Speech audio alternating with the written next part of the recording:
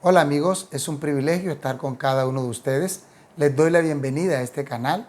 Hoy vamos a estudiar el capítulo 13 del libro de Apocalipsis. Quiero invitarte a inclinar el rostro y tener una oración. Oremos. Bendito Creador que vives y reinas en el alto cielo, para ti sea toda la gloria, la honra, el poder y la alabanza. Pedimos tu santa unción, tu protección, bendición y cuidado para cada uno de nosotros. Ayúdanos, oh Dios, a entender tu palabra, a ponerla en práctica y a enseñarla a las personas que aún no la conocen. En el nombre grandioso y poderoso de Jesús. Amén. En el libro de Apocalipsis, el capítulo 13, encontramos unos personajes. Los principales personajes son una bestia que sube del mar y una bestia que sube de la tierra. Pero también encontramos un dragón. Estos son los personajes malos, pero implícitamente también se habla del pueblo de Dios santo y también observamos a Dios actuando en beneficio de su pueblo. Vamos a abrir la Biblia en Apocalipsis 13, versículo 1. La palabra de Dios dice: Me paré sobre la arena del mar y vi subir del mar una bestia que tenía 7 cabezas y 10 cuernos. Y en sus cuernos tenía 10 diademas y sobre sus cabezas nombre de blasfemia. Las características de esta bestia están explicadas en todo el capítulo 13, pero en el resto del libro del Apocalipsis y en otros textos de la Biblia podemos también sacar una explicación de las características de esta bestia. En el libro de Apocalipsis, el capítulo 12, el versículo 3 dice: Otra señal también apareció en el cielo, un gran dragón escarlata que tenía 7 cabezas y 10 cuernos. Aquí observamos que hay una similitud entre el dragón y entre la bestia que está surgiendo del mar en el libro de Apocalipsis capítulo 3. Si leemos en el libro de Apocalipsis capítulo 17, en el versículo 3 encontramos lo siguiente: Me llevó en el espíritu al desierto y vi una mujer sentada sobre una bestia escarlata, llena de nombres de blasfemia, que tenía 7 cabezas y 10 cuernos. Encontramos una semejanza extraordinaria con esta bestia. Pero, ¿qué significan estas cosas que hemos leído hasta ahora en Apocalipsis capítulo 13, versículo 1? Vamos a mirarlas una a una. El mar. El mar está compuesto por agua. ¿Y qué significa agua en la Biblia?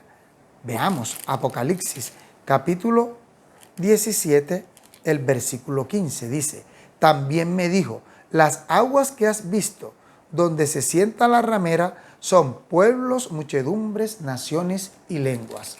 Lo que nos indica que esta bestia que surge del mar está surgiendo de un lugar densamente poblado. ¿Qué significan las 7 cabezas, los 10 cuernos, la blasfemia? Busquémoslo en la misma Biblia. En el libro de Apocalipsis, el capítulo 17, en el versículo 9, encontramos una pista. Esto es para la mente que tenga sabiduría. Las 7 cabezas son 7 montes sobre los cuales se sienta la mujer. Y son 7 reyes. Es decir, que hay una doble simbología. Está representando las cabezas a 7 montes, pero también está representando a 7 reyes. ¿Y los cuernos qué representan? Apocalipsis 17:12 dice: Los 10 cuernos que has visto son 10 reyes que aún no han recibido reino, pero recibirán reino por una hora juntamente con la bestia. Aquí podemos observar claramente los simbolismos que están en Apocalipsis. 7 cabezas que representan 7 montes o 7 reyes. Y los 10 cuernos son 10 reyes. El mar representa pueblos, naciones, muchedumbres y también representa lenguas.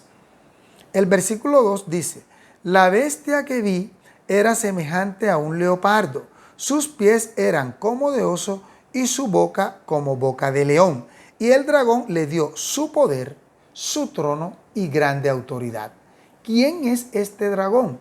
La respuesta la encontramos en Apocalipsis 12, el versículo 9. La palabra de Dios dice: y fue lanzado fuera el gran dragón, la serpiente antigua que se llama Diablo y Satanás, el cual engaña al mundo entero, fue arrojado a la tierra y sus ángeles fueron arrojados con él. Claramente lo podemos observar. Los otros símbolos vamos a buscarlos en el libro de Daniel, el capítulo 7. En el libro de Daniel encontramos unas pistas para comprender quién es esta bestia que está en el Apocalipsis 13. Daniel 7:2 dice: Daniel dijo: miraba yo en mi visión de la noche y vi que los 4 vientos del cielo combatían en el gran mar, y 4 bestias grandes, diferentes una de la otra, subían del mar. El versículo 4 dice: la primera era como león. El versículo 5 dice: vi luego una segunda bestia semejante a un oso. Y el versículo 6 dice: después de esto miré y vi otra semejante a un leopardo. Si leemos en el libro de Daniel, capítulo 7, versículo 23, dice: dijo así: la cuarta bestia será un cuarto reino en la tierra, el cual será diferente de todos los otros reinos, y a toda la tierra devorará, trillará y despedazará. Los 10 cuernos significan que de aquel reino se levantarán 10 reyes, y tras ellos se levantará otro, el cual será diferente de los primeros, y derribará a 3 reyes.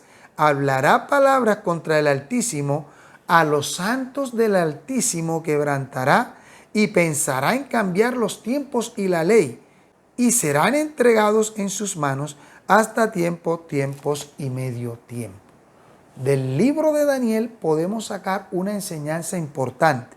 Esta bestia, que en Apocalipsis es semejante a un leopardo, si hacemos una comparación con las bestias de Daniel y con las visiones que Dios le mostró a Daniel, encontramos que el leopardo estaba representando al imperio de los griegos, que el oso estaba representando al imperio medo-persa y que el león estaba representando al imperio de Babilonia.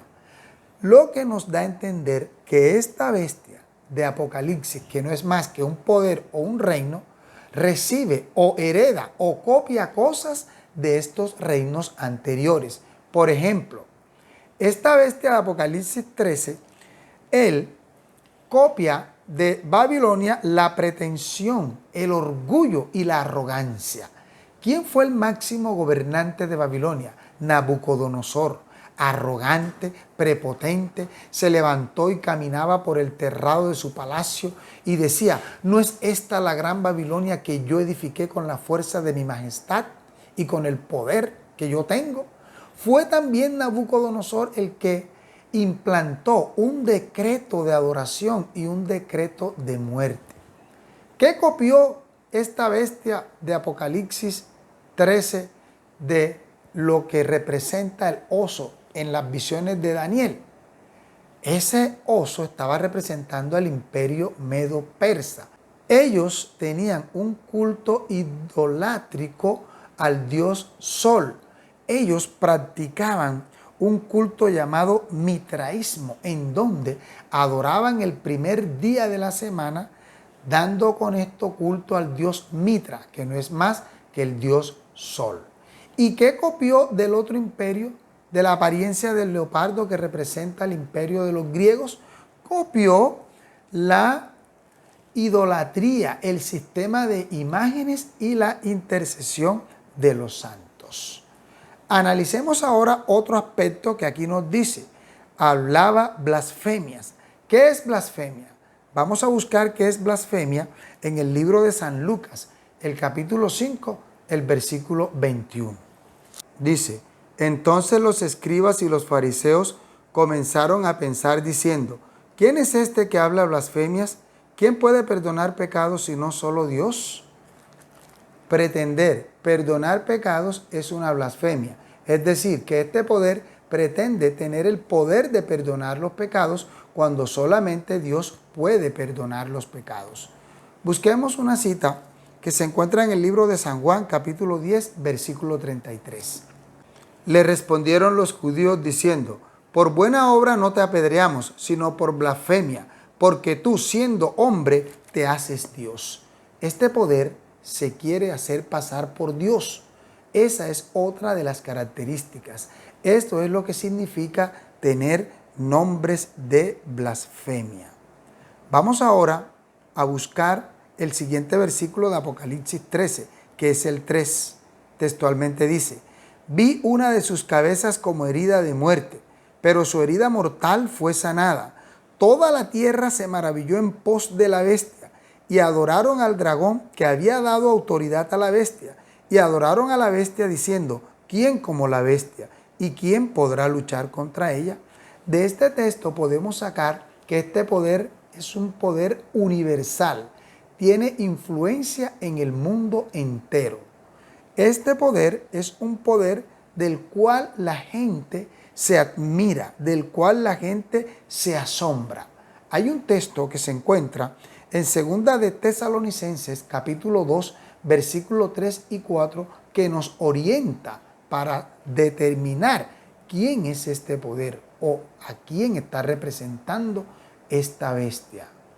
La Biblia dice: nadie os engañe de ninguna manera, pues no vendrá sin que antes venga la apostasía y se manifieste el hombre de pecado, el hijo de perdición, el cual se opone y se levanta contra todo lo que se llama Dios o es objeto de culto, tanto que se sienta en el templo de Dios como Dios, haciéndose pasar por Dios.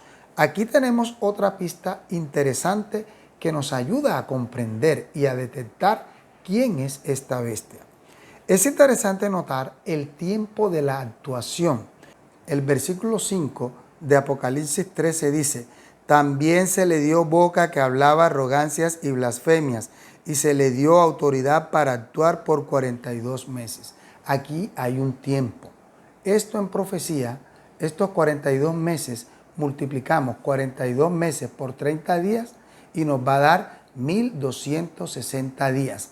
Como proféticamente ya hemos estudiado, día por año te lo he dado, como dice Ezequiel 4:6, estos 1260 días representan 1260 años de supremacía de este poder en el tiempo en el cual persiguió al pueblo verdadero de Dios. En el libro de Daniel capítulo 7, en los versículos 23, 24 y 25, también leímos que ese poder se levantaría contra los santos del Altísimo y que a los santos del Altísimo quebrantaría por tiempo, tiempos y medio tiempo. Lo que indica esto que también es una profecía de tiempo que está enmarcando a un periodo de 1260 días, como ya lo expliqué en un tema anterior. El versículo 6 de Apocalipsis 13 dice: y abrió su boca para blasfemar contra Dios, para blasfemar de su nombre, de su tabernáculo y de los que habitan en el cielo. Este poder habla de Dios, contradice las cosas que Dios dice que se hagan. Este poder no tiene en cuenta la obra de intercesión que Jesucristo, nuestro único y suficiente sacerdote y mediador, hace en el santuario celestial, porque nosotros no tenemos ningún otro mediador entre Dios y el hombre, sino Jesucristo hombre. Pero este poder utiliza la intercesión de los santos para que establezcamos conexión con el cielo, y así no es como lo explica la Biblia, porque solo Jesucristo es nuestro sumo sacerdote que ascendió al cielo, se sentó a la diestra del Padre e intercede por cada uno de nosotros.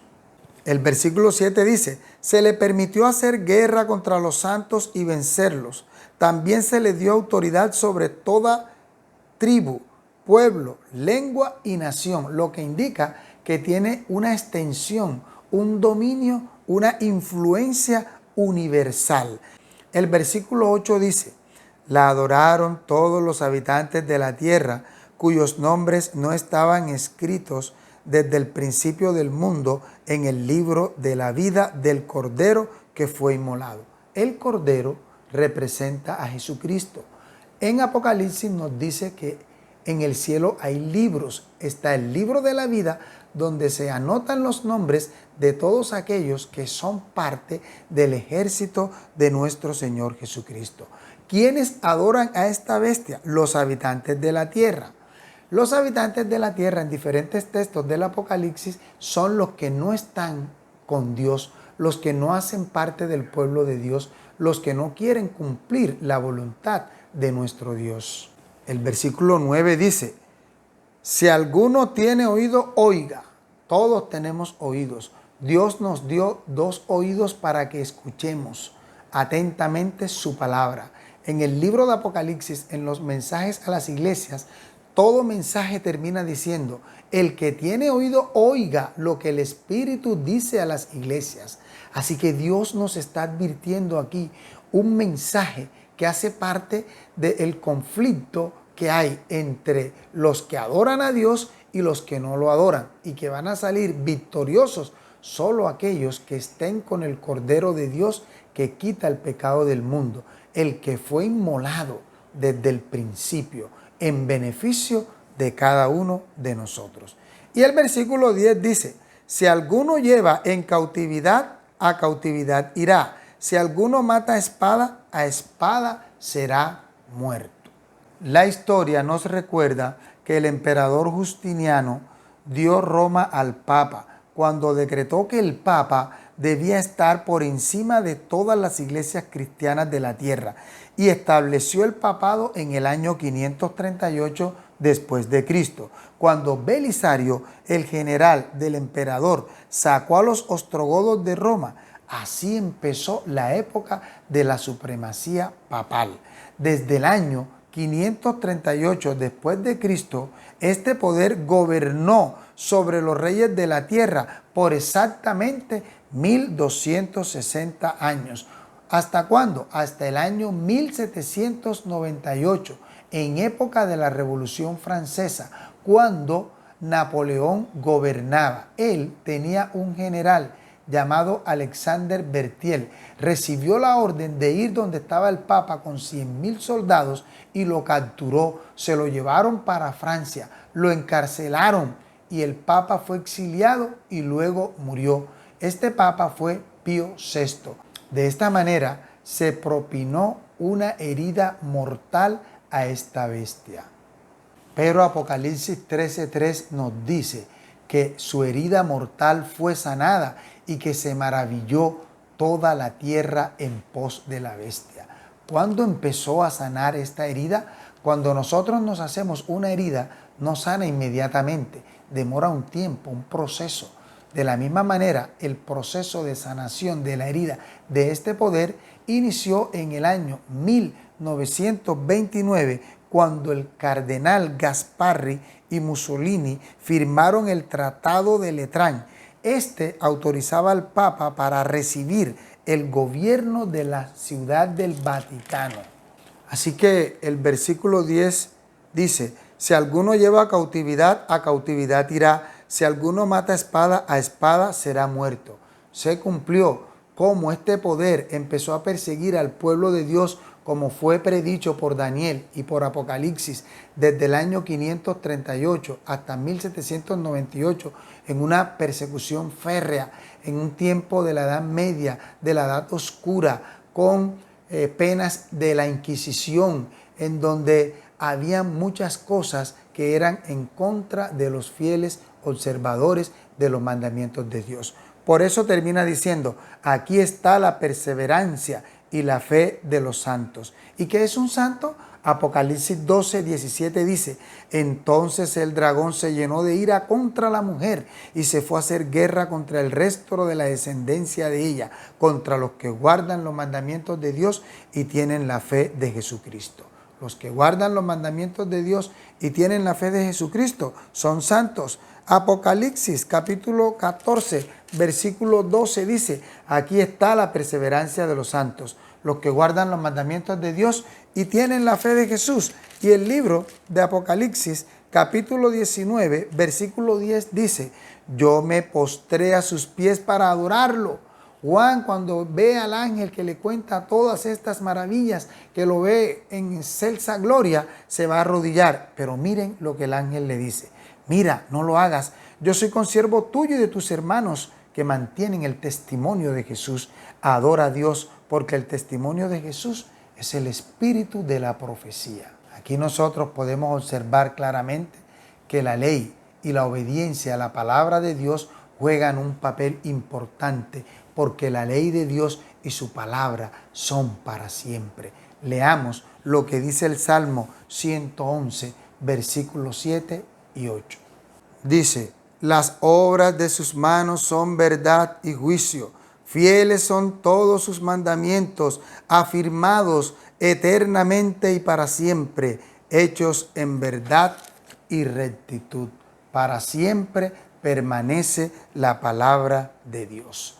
En lo que hemos leído hasta ahora, nos hemos dado cuenta que hay una alianza, una unión entre el dragón y la bestia que sube del mar. La bestia que sube del mar representa a la Roma papal, que es la que surge después de la Roma imperial. Y el dragón representa a Satanás, la serpiente antigua que se llama Diablo y Satanás, porque quieren falsificar la unión que hay entre el Padre y el Hijo, entre Dios y Jesucristo, porque Cristo dijo, para que sean uno, así como tú y yo, oh Padre, somos uno. A continuación vamos a estudiar la siguiente bestia, versículo 11 de Apocalipsis 13. Después vi otra bestia que subía de la tierra. Tenía 2 cuernos semejantes a los de un cordero, pero hablaba como dragón. Esta bestia surge de la tierra.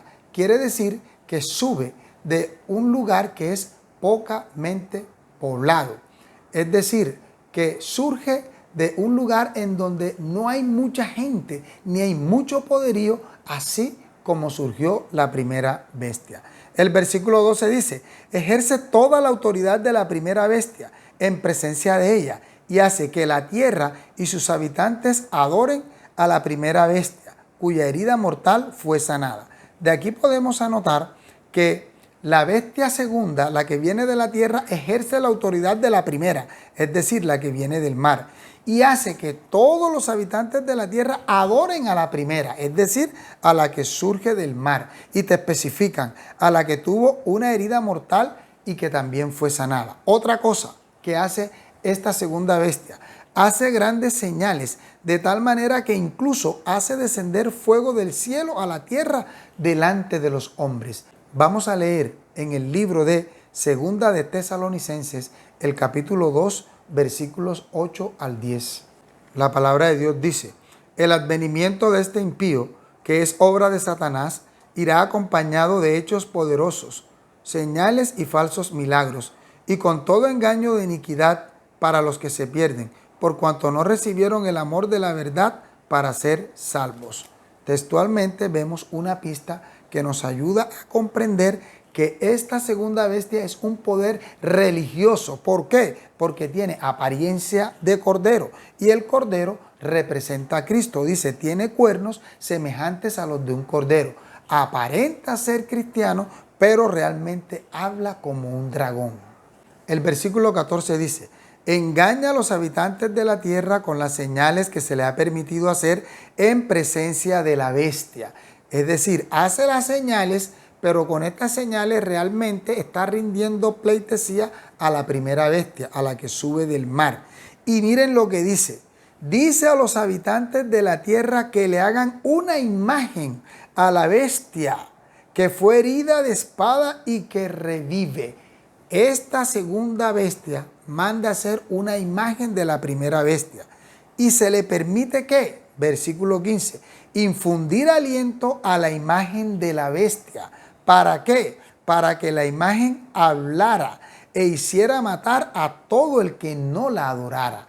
Es decir, surge un decreto aquí de adoración, lo que indica que está representando esto a un poder religioso que aparenta ser cristiano, pero que realmente habla como un dragón.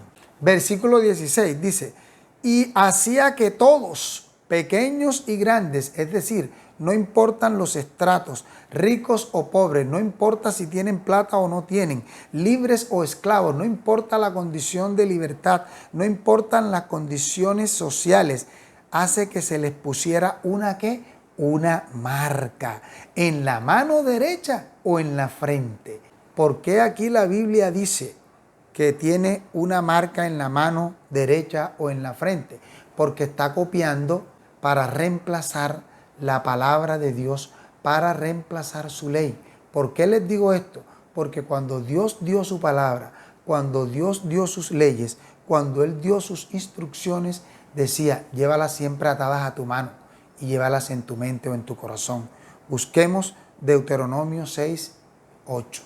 Dice, las atarás como una señal en tu mano y estarán como frontales entre tus ojos. ¿Qué va a atar como una señal en su mano y como frontales entre tus ojos? Es decir, en la frente. La palabra de Dios, el versículo 6 lo dice. Estas palabras que yo te mando hoy estarán sobre tu corazón. Y si leemos todo el capítulo, está hablando del gran mandamiento de nuestro Dios. El versículo 17 dice, y que ninguno pudiera comprar ni vender, sino aquel que tuviera la marca o el nombre de la bestia o el número de su nombre. ¿Qué significa esto? Que para el fin del tiempo se van a establecer una serie de cosas que solamente van a poder comprar, hacer transacciones comerciales a aquellos que acepten la marca de la bestia, el nombre de la bestia, aquellos que adoren a la bestia. Y los verdaderos observadores de los mandamientos de Dios sufrirán persecución. Pero ¿a quién está representando esta segunda bestia que surge de la tierra? Indudablemente es un poder, es un reino, es una nación que surge en el tiempo de 1798 en adelante. Leamos Conflicto de los Siglos en la página 435, dice: la aplicación del símbolo no admite duda alguna. Una nación, y solo una, responde a los datos y rasgos característicos de esta profecía. No hay duda de que se trata aquí de los Estados Unidos de Norteamérica. Los cuernos, semejantes a los de un cordero, representan la juventud de esta nación que subía de la tierra, la mansedumbre y la inocencia cuando subía poco a poco y se iba forjando como una nación con perspectivas de ser grande y poderosa. Acontecimientos que empezaron a ocurrir a partir de 1798. Los principios fundamentales de esta nación en sus orígenes, en sus inicios, fueron el republicanismo y el protestantismo. Todas las personas del antiguo continente que eran perseguidas por la Inquisición o por cualquier otro poder se iban para Estados Unidos de Norteamérica, la tierra de la libertad, la tierra que acogió al pueblo de Dios. Los cuernos como de cordero y la voz como de dragón indican la contradicción que hay entre lo que profesan ser como de Cristo, pero realmente hablan como dragón, porque finalmente toda su autoridad la utilizarán para dársela a la primera bestia. La predicción de que hablará como dragón y ejercerá toda la autoridad de la primera bestia anuncia claramente el desarrollo del espíritu de intolerancia y persecución de que tantas pruebas dieran las naciones representadas por el dragón y la bestia semejante a un leopardo. La declaración de que esta segunda bestia hace que los habitantes adoren a la primera bestia nos está dando una indicación de que van a hacer que el protestantismo apóstata de los Estados Unidos influya de tal manera al poder civil para que sus dogmas y sus creencias sean aprobadas de una manera generalizada. La declaración de que esta segunda bestia hace que los habitantes de la tierra adoren a la primera bestia nos da una indicación de que esta nación utilizará su poder civil para imponer dogmas que vayan en beneficio de esta primera bestia. ¿Qué es la imagen de la bestia y cómo se forma? La imagen de la bestia es influenciada o formada por la segunda bestia, por la bestia que sube de la tierra. Para saber cómo se va formando esta imagen de la bestia, tenemos que observar lo que ocurrió en la iglesia primitiva. Cuando la iglesia primitiva dejó la sencillez del evangelio y lo reemplazó por las costumbres paganas, entonces cuando querían imponer algo, echaban mano del poder civil, de la autoridad de las naciones, para implantar sus dogmas y de esa manera perseguir a los verdaderos cristianos. Para que los Estados Unidos formen una imagen de la bestia, el poder religioso debe dominar de tal manera al gobierno civil que la autoridad del Estado sea empleada también por la iglesia para cumplir sus fines. Fue la apostasía lo que indujo a la iglesia primitiva a buscar la ayuda y el apoyo del poder civil. Y el resultado de eso fue que se formó la primera bestia. El apóstol San Pablo en 2 Tesalonicenses capítulo 2 versículo 3 nos dice que el hombre de pecado se manifestaría en el fin del tiempo cuando viniera la apostasía, y ya leímos ese texto. De modo que la apostasía en la iglesia prepara el camino para la imagen de la bestia. Cuando las iglesias principales de los Estados Unidos, es decir, el protestantismo apóstata, el falso profeta, influyan sobre el Estado para imponer sus dogmas, entonces allí va a iniciarse, a formarse la imagen de la bestia. Cuando las iglesias principales de los Estados Unidos, uniéndose en puntos comunes de doctrina, busquen la influencia del Estado para imponer sus dogmas, para imponer sus decretos, teniendo en cuenta sus creencias, entonces la América protestante habrá formado una imagen de la bestia. Esto es un proceso que va a ocurrir al fin del tiempo y lo podemos analizar porque en el libro de Apocalipsis, el capítulo 14, el versículo 9 dice: y un tercer ángel los siguió diciendo a gran voz: si alguno adora a la bestia y a su imagen y recibe la marca en su frente o en su mano, él también beberá del vino de la ira de Dios que ha sido vaciado puro en el cáliz de su ira, y será atormentado con fuego y azufre delante de los santos ángeles y del Cordero. Y si nosotros leemos en el libro de Apocalipsis, el capítulo 16, el versículo 2, la palabra de Dios nos dice: fue el primero y derramó su copa sobre la tierra, y vino una úlcera maligna y pestilente sobre los hombres que tenían la marca de la bestia y que adoraban su imagen. Encaja perfecto a la altura de las plagas cuando ya se ha acabado el tiempo de la gracia. Por eso es que esto nos indica que este proceso de estas dos bestias surgen para el tiempo del fin, a partir del año 538 y hasta la segunda venida de nuestro Señor Jesucristo. Finalizando el mensaje de los tres ángeles, Apocalipsis 14:12 dice: aquí está la perseverancia de los santos, los que guardan los mandamientos de Dios y tienen la fe de Jesús. Lo que nos da una indicación de que esta cuestión de adoración en el tiempo del fin va a ser por los que guarden la palabra de Dios, sus mandamientos, y los que estén en contravía con los mandamientos de Dios. Y todo el mundo estará dividido entre los que adoran a Dios y los que adoran a la bestia, a su imagen, y también al dragón. La imagen de la bestia representa la forma de protestantismo apóstata que se desarrollará cuando las iglesias protestantes busquen la ayuda del poder civil para la imposición de sus dogmas.